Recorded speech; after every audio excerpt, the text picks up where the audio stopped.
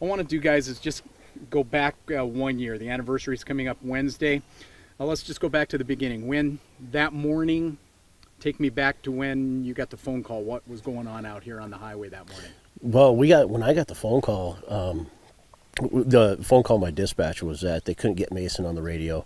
They had just called me 2 minutes prior and said, "Hey, Mason's in pursuit," and which wasn't uncommon. And I said, "Let me know when the guy's in custody."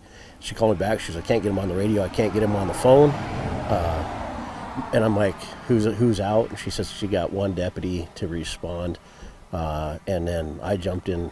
I did the flight of the Bumblebee, and I took off, and I got to the Toston Bridge, and they said that the highway patrolman that had found him requested a coroner.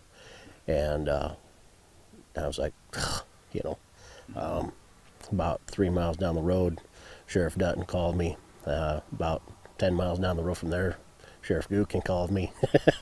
And so, yeah, it was, news traveled fast, and we got on scene and pulled in behind the highway patrolman and got out of my car, and the lights were on Mason's car, and I walked over there trying to figure out what was going on, because no emergency lights, no siren, no nothing, and the door was open, which I thought was odd, so I thought maybe got out and was running on foot, and looked in the driver's seat, and there was Mason, and in not a state that I felt that anybody needed to see him in, and the highway patrolman showed up, and I said, "Give me a blanket," and covered him up and moved everybody back, and it was probably the best thing I ever did. I moved him back about 200 yards, and it really prevented that traumatic event for those guys that knew him and worked with him. So, Brian, take me back to that morning. You talked to Wynn after that as you're trying to do your part here. This is kind of a goofy part with the counties right close together, sure. And you're all of a sudden called into action on something you never want to have to do. Yeah, I remember it was my captain that gave me a call, and just that horrible feeling in your stomach, and just I felt it as we were driving up this morning, is just that horrible feeling. And so I immediately called Wynn. Obviously we're friends, and just told him anything that he needs, and I can only imagine what's going through his brain. So we just sent everybody out and sort of helped with the scene, helped with the press, helped with all of those things, because he needed to take care of his people, which he did. And that was a huge part for us, was just being able to take care of business while they take care of themselves. And we did that not just for that day, but I think we did that for a couple weeks. So, yep.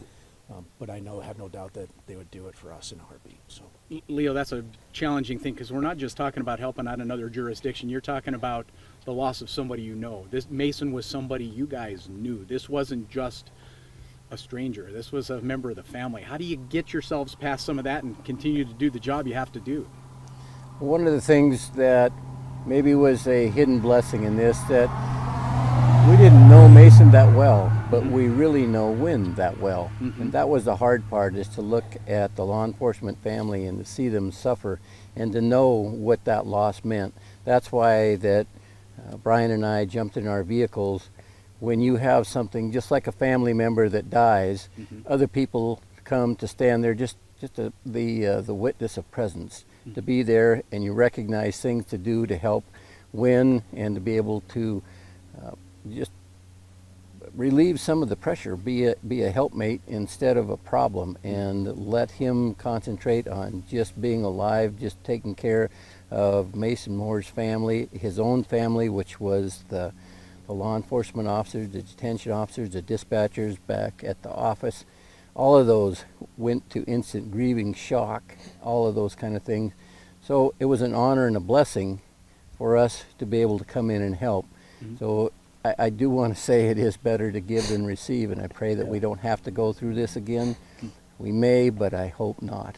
The reality is, all three of you men, though, have men and women every day, every night out there in potentially situations that could be that way.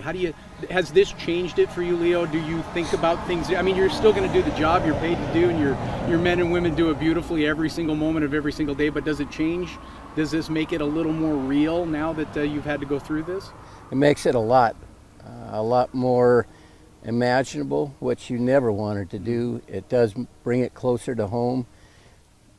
Unlike Wynn, though, we could go home and say, sorry it was for Wynn, sorry it was for Jody, but we went home and you almost felt guilty that you felt that way. I'm just being real honest about it. But it does bring into the realization of what if it was you? What if you had to do this?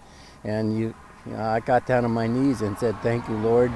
And I'm so sorry for what they had to do, but I felt guilty for saying it wasn't me. But it does make you think, and it makes you feel blessed every day that you get no tragedies, and I pray that it doesn't happen again. Same question to you, Brian. Sure. Well, I mean, unfortunately, we're standing at a park with David, so we had been through it once before. But it still doesn't make it any easier. You know, I go back to exactly what Leo was saying, and when I had that phone call from the captain, the immediate relief that I had that it wasn't one of mine, and then that immediate feeling of guilt and horrible heartbreak of feeling sorry, you know, feeling horrible for Wynn and his office. So as a leader, the only thing we can do is do the best that we can to train, equip, hire the right people, but make sure that they understand that, you know, this is part of the job, and it's a horrible, hopefully it never ever happens, but that's the difference between what we do and what others do. When, what does that mean to you? I mean, that moment, your department is diminished greatly at that point. This is somebody that you've worked closely with and all of those kind of things. The fact that multiple counties come in to help out with you. I know Scott Carpenter from Livingston helped out, Montana Highway Patrol here. That family brought all together.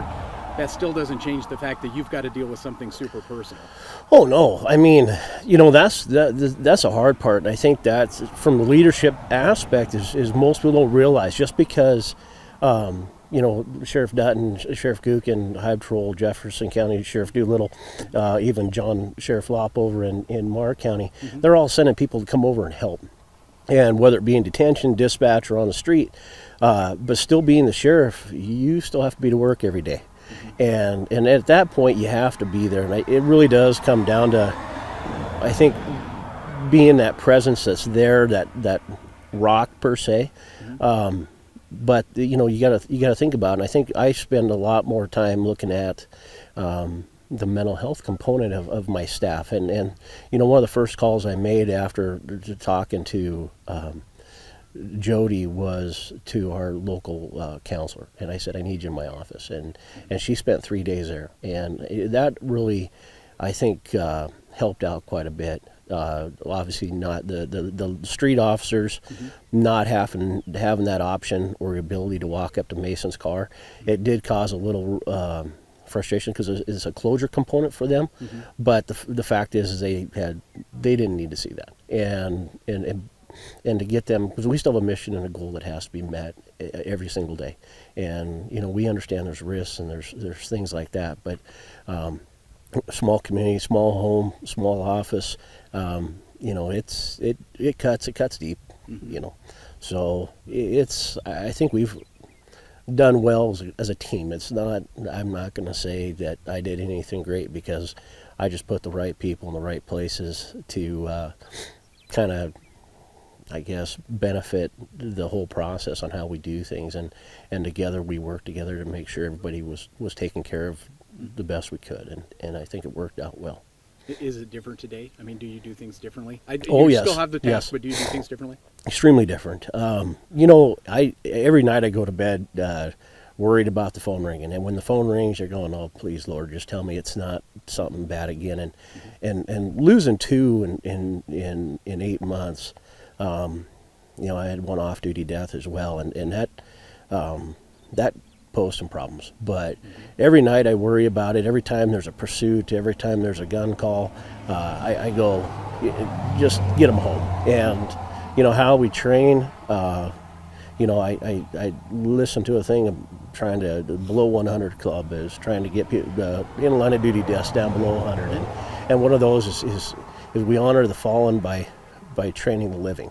And you know, I've gone through and replaced the vests, and I got rifle plates for my guys, and new tasers and body cams, and doing everything I can to keep them as safe as I can, and even to the point of where I'm in the process of trying to order helmets, because it's the only thing on their body I haven't protected yet.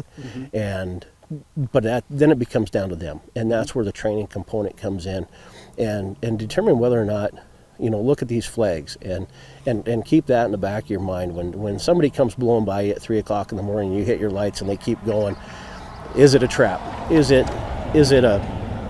somebody who's drunk and driving like an idiot, or is it somebody who's out to get you? And I think the staff has really taken that approach and go, you know what, maybe this isn't something I want to engage in. And I think about Mason every single day, and today's his 43rd birthday, and it's always there. Brian, that brings up an interesting point. You have an incredibly graphic opportunity for training that it's far enough removed, but it's close enough that you can use that data. This is why we talk about these things. This is why we talk about those things. Has it changed the Gallatin County Sheriff's Office? Yes and no. I mean, we emphasize training all the time, and as a matter of fact, we train as much, if not more, than most agencies in the state. Nowadays, with the things that are happening in Florida and around the country, the active shooter training that we do, it's all geared towards the same thing, and that is, number one, be safe. Number two, you may have to put your life on the line to save others, and again, that's hiring the right people, and that's what it really comes down to, is you got to have the right person in uniform out in the street from day one, and we spend a huge amount of time and effort on that. Leo, same question to you. Has it changed Lewis and Clark County? I would give the same answer, yes and no. I think it brings realism to every deputy. One thing that we didn't talk about is where this started. It was in Lewis and Clark County, where these two individuals were, and getting angry, trying to getting other people to go out and kill cops.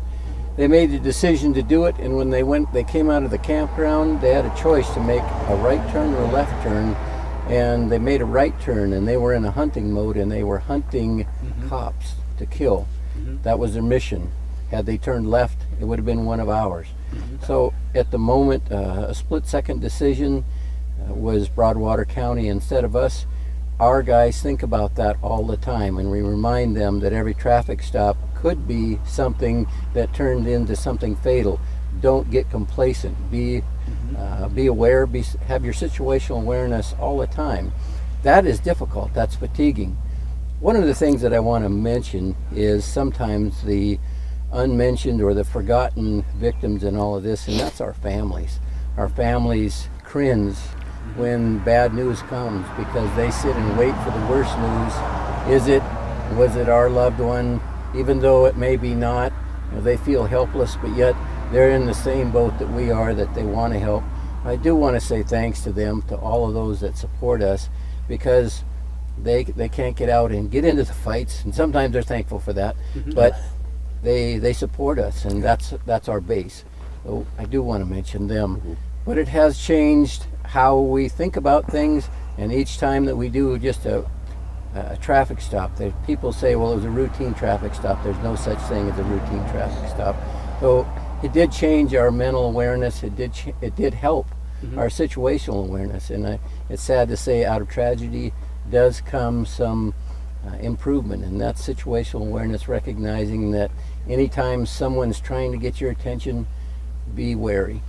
The one thing that I would add, if you don't mind, is just with that, our emphasis has really been that, 99.9% of the citizens of this state are fantastic, good, law-abiding people, and we don't want to treat every one of them as that 1%. You know what I mean? So we're still human beings, still the golden rule. We still treat people the way that they need to be treated, but have that in the back of your mind that, be ready and be prepared. So, and I'll add to that as well. As part of that process is, I'm pretty active on the Facebook, and I think that these guys are as well, getting our staff and the people out there, and really getting people to realize the human side of law enforcement.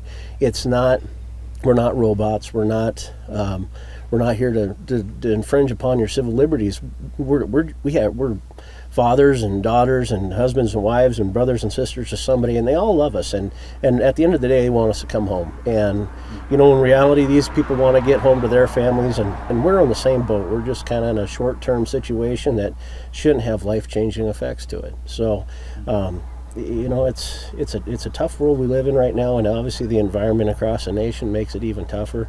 It's hard to keep your guys motivated when they do continue to see officers being killed in the line of duty on it seems like a daily basis anymore.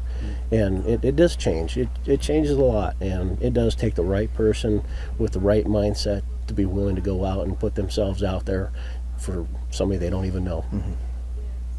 Perfect. Awesome. That's Thanks. great. Thank you. Thank you. Thank you. Nice meeting you as well. Brian, thank Yeah, you. Chet, always. Leo, thank Yeah. you very much. I See you, appreciate man. it. Good Yeah. to see you again.